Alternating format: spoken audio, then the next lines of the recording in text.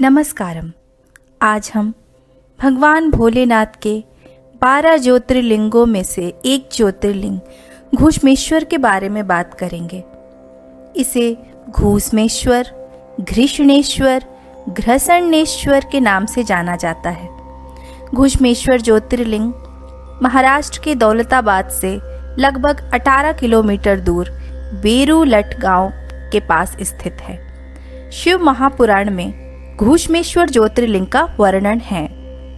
ज्योतिर्लिंग घूष्मेश के समीप ही एक सरोवर भी है, जिसे शिवालय के नाम से जाना जाता है।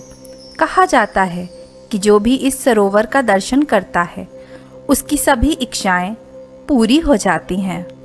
जगत गुरु आदि शंकराचार्य ने घूष्मेश्वर ज्योतिर्लिंग की प्रार्थना कुछ इस प्रकार की थी। ईलापुरे रम्य विशालके अस्मिन् समुल्लसन्तं च जगत्वरेण्यं वन्दे महोदारात् स्वभावं घूष्मेश्वराख्यं शरणं प्रपद्ये। ये स्तुति श्री जगत गुरु शंकराचार्य जी ने की थी। आइए अब हम आपको उसकी कहानी सुनाते हैं। घूष्मेश्वर ज्योतिर्लिंग के विषय में पुराणों में यह कहा गया है। दक्षिण देश में देवगिरी पर्वत के निकट सुधर्मा नामक एक अत्यंत तेजस्वी तपोनिष्ठ ब्राह्मण रहता था। उसकी पत्नी का नाम सुदेहा था। दोनों में परस्पर बहुत प्रेम था। किसी प्रकार का कोई कष्ट उन्हें नहीं था, लेकिन उन्हें कोई संतान नहीं थी। सुदेहा के बहुत बार आग्रह करने पर सुधर्मा ने सुदेहा की बहन घूष्मा से विवाह किया। घूष्मा बहुत ही पूजा पाठ वाली थी। वह प्रतिदिन 100 पार्थिव शिवलिंग बनाकर हृदय से सच्ची निष्ठा के साथ उसका पूजन करती और उसे पास ही के एक सरोवर में जाकर बहा देती थी। शिव जी की कृपा से घूष्मा को एक पुत्र हुआ।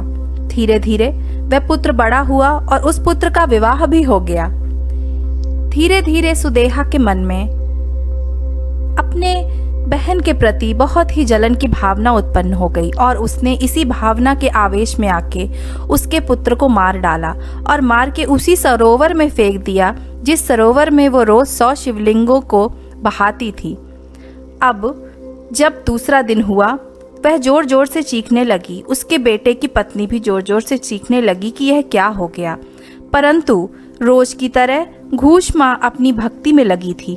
उसके बाद घूष्मा ने 100 शिवलिंगों की पूजा करी और नियम पूर्वक बहाने के लिए उन्हें उसी सरोवर में गई। जैसे ही वह उन शिवलिंगों को बहाकर आई, सरोवर से उसका बेटा निकलकर आ गया। यह देखकर सुदेहा बहुत ही डर गई।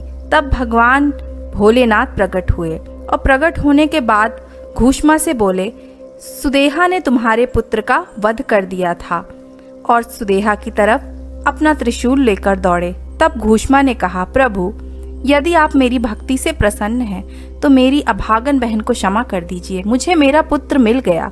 मुझे इसके अतिरिक्त और कुछ नहीं चाहिए है। अब आप कृपा करके यहाँ पे शिवलिंग के रूप में निवास करें और सभी भक्तों की जो यहाँ जो भी इच्छाएं लेकर आए, सबकी मनोकामना को पूरा कीजिए। मेरी बस इतनी ही इच्छा है। यदि मेरी पूजा आपने स्वीकार की हो तो मेरी बहन को क्षमा करके यहाँ पे शिवलिंग रूप में निवास करिए।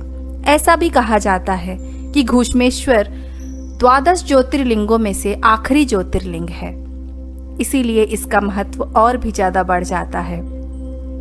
भगवान भोलेनाथ सब मनुष्यों पे अपनी कृपा बना के रखते हैं। इसी के साथ हमारी कहानी यहीं समाप्त होती है। ओम नमः शिवाय।